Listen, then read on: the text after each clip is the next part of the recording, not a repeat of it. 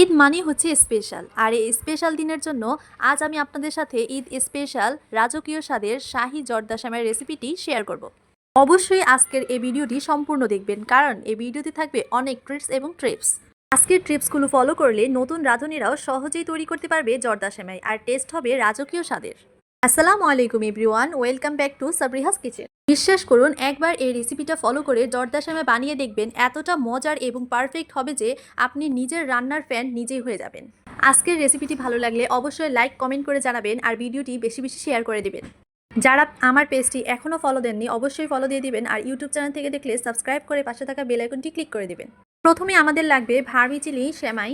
এই সেমাই প্যাকেটের অর্ধেক পরিমাণ সেমাই আজকে আমি জর্দা সেমাইয়ের জন্য ব্যবহার করব। আমি সেমাইটিকে 2 ইঞ্চি পরিমাণ করে ভেঙে বাটিতে নিয়ে নিয়েছি। এবার চলে যাব সরাসরি চুলায়। চুলায় একটি প্যানে হাফ কাপ পানি দিয়ে দিব, আর হাফ কাপ থেকে একটু কম মানে 1/4 কাপ চিনি দিয়ে দেব। আমার কাছে চিনির এই পরিমাণটা পারফেক্ট মনে হয়েছে, আপনারা আপনাদের টেস্ট অনুসারে চিনির পরিমাণটা কম বেশি করে নেবেন। তারপর এতে দিয়ে দিব 2টি এলাচ, সুন্দর একটি ফ্লেভার আসার জন্য। আর যেটা না দিলেই নয়, একটু জর্দার কালার। আপনারা এখানে জর্দার রঙের পরিবর্তে স্যাফরনটাও দিতে পারেন। এখানে জর্দার রঙটা দিয়ে ভালো করে বলক তুলে নিব। এইভাবে চিনির শিরা তৈরি করে জর্দা রান্না করলে তাহলে আপনাদের জর্দার সময়টা একদমই পারফেক্ট হবে। এই পর্যায়ে মশলাগুলো তুলে ঢাকনা দিয়ে ঢেকে রাখবো। তো অন্য আরেকটি পাত্রে 1 চামচ ঘি দিয়ে নিব। এখানে আমি খাঁটি গাওয়া ঘিটা দিয়ে দিয়েছি। ঘিটা যখন মেল্ট হয়ে আসবে তখন এই পর্যায়ে আমি কিছু ড্রাই ফ্রুটস অ্যাড করে দিব। তো এখানে কিশমিশ, কাঠবাদাম, কাজু বাদাম রয়েছে, আপনারা আপনাদের পছন্দ মতো যে কোনো বাদাম দিতে পারেন। হালকা ব্রাউন কালার হয়ে আসা আগ পর্যন্ত ঘিয়ে বাদামগুলো ভেজে নিতে হবে। ঘি দিয়ে সম্পূর্ণ জর্দাটি রান্না করার চেষ্টা করবেন, তাহলে দেখবেন এটাতে অটোমেটিকলি শাহি শাহি ভাব চলে আসবে। বাদামগুলো গোল্ডেন ব্রাউন করে ভাজা হয়ে গেলে একে একে তুলে নিব, এবং ওই একই পাত্রে আবারও ভেজে নিব হাফ কাপ পরিমাণ ফ্রেশ নারিকেল। আপনারা যদি এভাবে আলাদা আলাদা ঘি দিয়ে বাদাম এবং নারিকেল ভেজে নেন তাহলে দেখবেন এর টেস্ট কতটা মজার হয়। তো নারিকেলগুলোকেও 2 মিনিটের মতো অনবরত নেড়েচেড়ে ভেজে নামিয়ে ফেলবো। তারপর ওই একই প্যানে 1.5 চামচ পরিমাণ ঘি দিয়ে দিব, আর ঘিটা যখন মেল্ট হয়ে আসবে তখন সেই পর্যায়ে সেমাইগুলো দিয়ে সেমাইগুলোকে ভেজে নেব। আপনারা অবশ্যই চেষ্টা করবেন সেমাইকে ঘি দিয়ে ভাজার জন্য।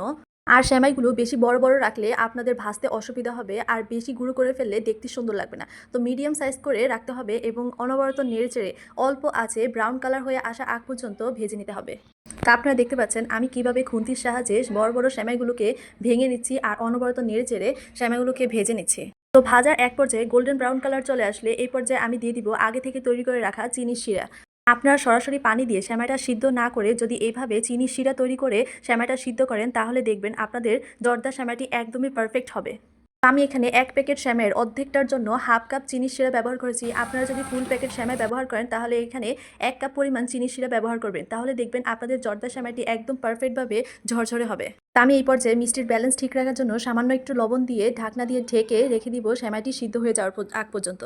তো 3 থেকে 4 মিনিট ঢাকনা দিয়ে ঢেকে রান্না করে নেওয়ার পর আমার সেমাইটি একদমই পারফেক্টভাবে সিদ্ধ হয়ে গিয়েছে, এবং দেখতে পাচ্ছেন এই পর্যায়ে কতটা ঝরঝরে দেখতে হয়েছে। এই পর্যায়ে অবশ্যই আলতো হাতে নেড়েচেড়ে সেমাইটি রান্না করবেন, তা না হলে গোলে ভর্তা হয়ে যেতে চাইবে। তো এই পর্যায়ে আমি দিয়ে দিব আগে থেকে ভেজে রাখা নারিকেল কোড়ানো।